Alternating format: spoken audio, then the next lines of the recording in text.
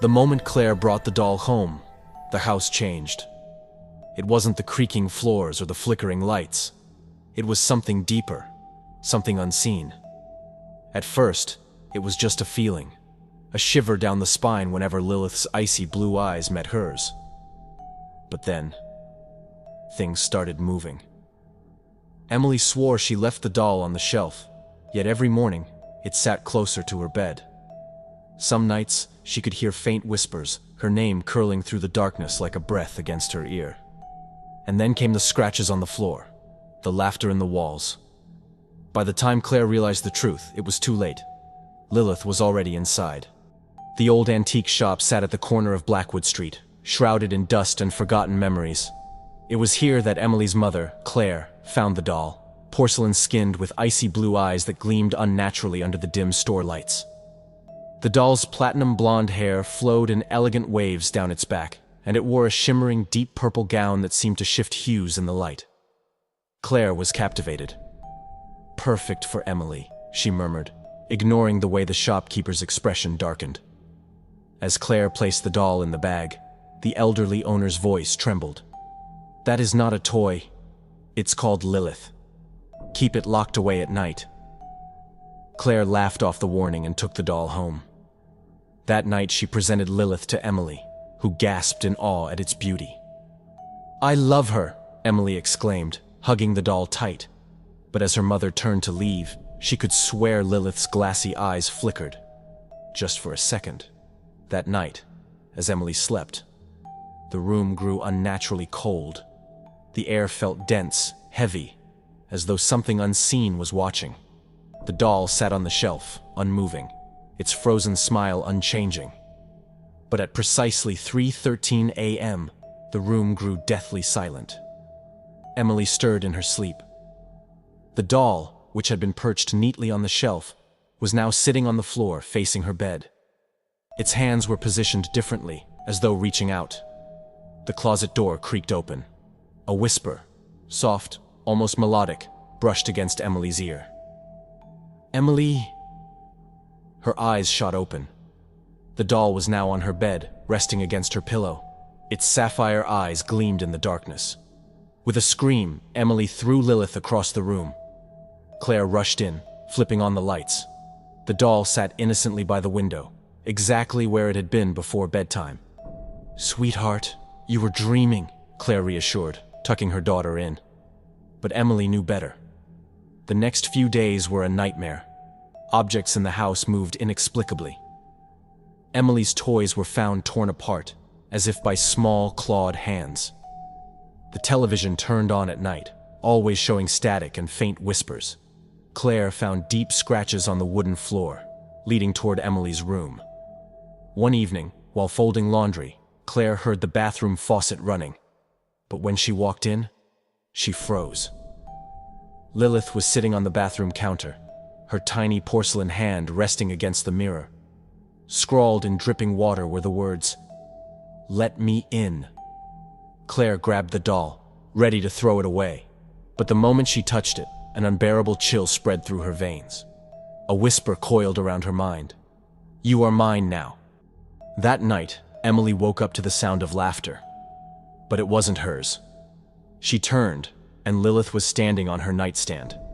Not sitting, standing.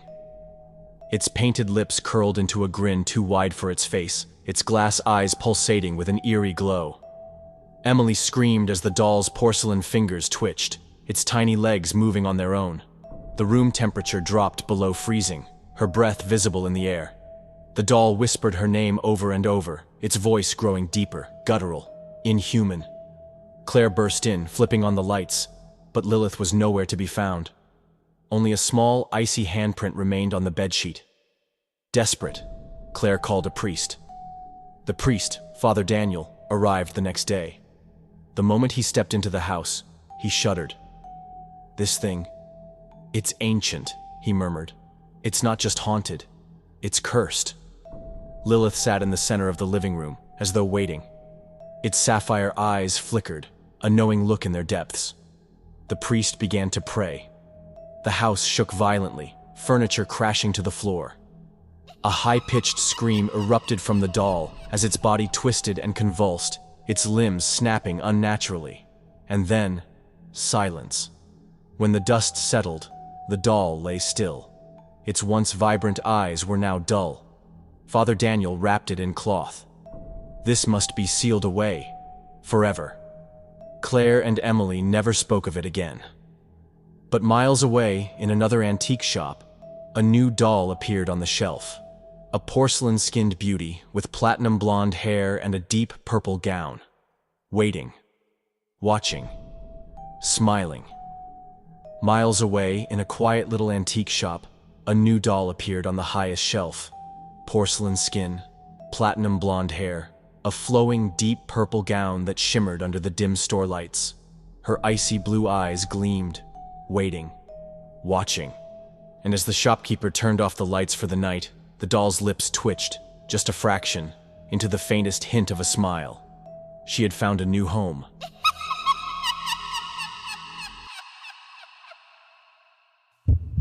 As the sun set low in the sky, Max and Sarah were deep into the third day of their road trip, winding through remote backcountry roads with barely another car in sight.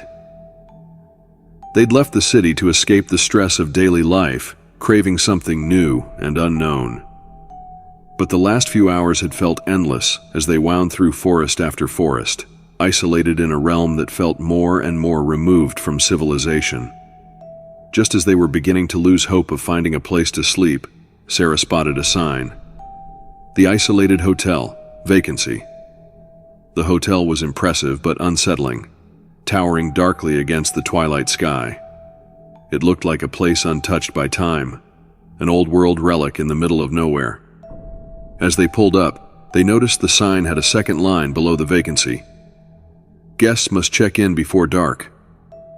Max chuckled nervously as he checked his watch. They were just on time.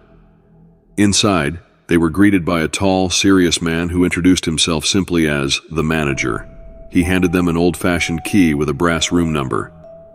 As they began to turn away, he paused, leaning forward with a serious expression. "Do not open your window after dark," he said, his voice almost a whisper, as though he feared something might overhear him. Max laughed it off, but Sarah felt a chill. The man's intense eyes didn't waver until they nodded in understanding. As they made their way to their room, they noticed how the whole hotel felt a bit too quiet. Their footsteps echoed as if the place was holding its breath. They entered their room, a cozy but outdated suite with heavy drapes and a large window overlooking the dense woods beyond. The air felt stale, like it hadn't been disturbed in years. As they settled in, Max cracked open the window to let in some fresh air. They could see the faint light of the moon, casting pale beams across the trees below. But in their tired state, they forgot the warning, left the window ajar, and went to sleep. Hours later, Sarah stirred in bed. A strange feeling pulled her from sleep. An itch, a sense that something wasn't right. She glanced at the window and froze. There, just beyond the glass, something was staring at her. The shape was barely visible, half cloaked in shadow, but its outline seemed almost wrong. It was too still, yet its presence was overwhelming, filling the room with a sense of something ancient and predatory. Sarah's breath caught in her throat as she realized, whatever it was, it knew they were there. She reached for Max, trying to wake him as quietly as possible. He stirred, grumbling, until he noticed her wide eyes and followed her gaze to the window. When he saw it, his face went pale. Together, they moved slowly, trying not to make a sound. But then, click, the window shifted open another inch. It was as if the thing had been waiting for an invitation. Shadows pooled around the frame as a soft rustling sound began, something shifting just beyond their sight. Then, slowly, something began to crawl into the room, a shape that defied the form of any creature they knew. It was long, twisted, almost like shadows given life, moving with unnatural silence toward them. Panicked, Max grabbed the lamp and turned it on, casting a pool of light into the room. The creature recoiled, retreating toward the window, but it didn't leave. It lingered just beyond the light's reach, watching, waiting. The night felt endless as they sat, clutching each other, too afraid to move. Every time they glanced toward the window, they saw it there, motionless, waiting, as if studying them. They tried to wait for dawn, but fatigue weighed on their eyelids, and eventually, despite their fear, they drifted into a shallow, haunted sleep.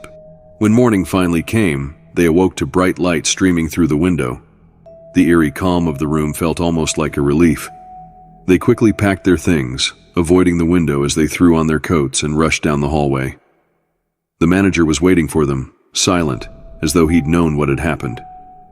Without a word, he took the key from them and nodded, a slight, almost pitying look in his eyes. They left without looking back, their hearts still pounding, feeling the weight of something unseen still watching. As they drove away, silence hung heavy between them. Though they'd escaped the hotel, they both felt changed, marked by whatever had visited them. They tried to push it from their minds, but as they drove further, a sinking feeling crept back into their thoughts. Even miles away, they could still feel it, a sense that somewhere, just beyond the trees, something was still watching and waiting.